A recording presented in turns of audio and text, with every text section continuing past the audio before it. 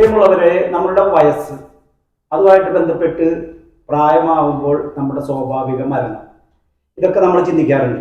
സത്യത്തിൽ നമ്മുടെ date of birth അല്ലെങ്കിൽ വർഷത്തിൽ ആഘോഷിക്കുന്ന ഹാപ്പി ബർത്ത്ഡേ ആഘോഷങ്ങൾ, പക്ഷെ സത്യത്തിൽ 50 വയസ്സ് നമ്മൾ ആഘോഷിക്കുമ്പോൾ നമ്മുടെ ബയോളജിക്കൽ ഏജ് 50 ആണോ എന്ന് നമ്മളൊന്ന് മനസ്സിലാക്കണം. ചിലപ്പോൾ നമ്മുടെ 50 വയസ്സ് നമ്മൾ ആഘോഷിക്കുമ്പോൾ നമ്മുടെ ഇന്റേണൽ ഓർഗൻസിന്റെ, നമ്മുടെ കോശങ്ങളുടെ വയസ്സ് ചിലപ്പോൾ 60ഓ 55ഓ ആയിരിക്കും. മനസ്സിലായില്ലേ കാര്യം? നമ്മുടെ ഏജ് 50 ആണെങ്കിൽ നമ്മുടെ ബയോളജിക്കൽ ഏജ് 55ഓ 60ഓ ആയിരിക്കും.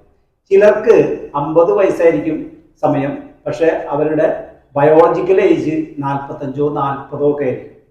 അതിന്റെ വ്യത്യാസം എന്ന് പറയുന്നത് നമ്മളുടെ ജീവിതം, നമ്മുടെ ഭക്ഷണം, നമ്മുടെ ചിന്തകള്, ആവശ്യമില്ലാത്ത ചിന്തകളൊക്കെ നമ്മുടെ ബയോളജിക്കൽ ഏജ് കൂട്ടും.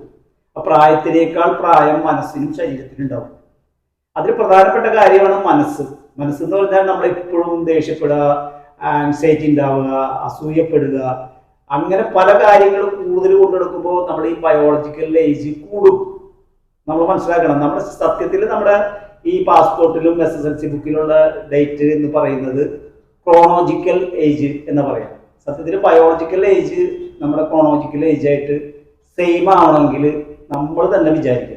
നമ്മുടെ ഭക്ഷണം, നമ്മുടെ ഉറക്കം, നമ്മുടെ മനസ്സ്, നമ്മുടെ ചിന്തകൾ, നമ്മുടെ ജീവിതശൈലി, ഇതിലൊക്കെ കൃത്യമായി നമ്മൾ ഒരു കാഴ്ചപ്പാടോട് മുന്നോട്ട് പോവുകയാണെങ്കിൽ ഈ 2 ഏജും സെയിം ആവും. ചിലപ്പോൾ നമ്മുടെ ബയോളജിക്കൽ ഏജ് യഥാർത്ഥ ഏജിനേക്കാളും കുറവാകും. അങ്ങനെ ജീവിക്കാനായിട്ട് നമ്മളൊന്ന് ശ്രമിക്കണം. ജപ്പാൻ, ചൈന, അവിടെയുള്ളവരുടെയൊക്കെ ബയോളജിക്കൽ ഏജ് പലപ്പോഴും ഒറിജിനൽ ഏജിനേക്കാളും കുറവാണ്. അത് അവരുടെ ജീവിതശൈലിയുടെ പ്രത്യേകതയാണ്. നമ്മളും ഇതൊക്കെ ഒന്ന് പ്രാക്ടീസ് ചെയ്യാം. Thank you.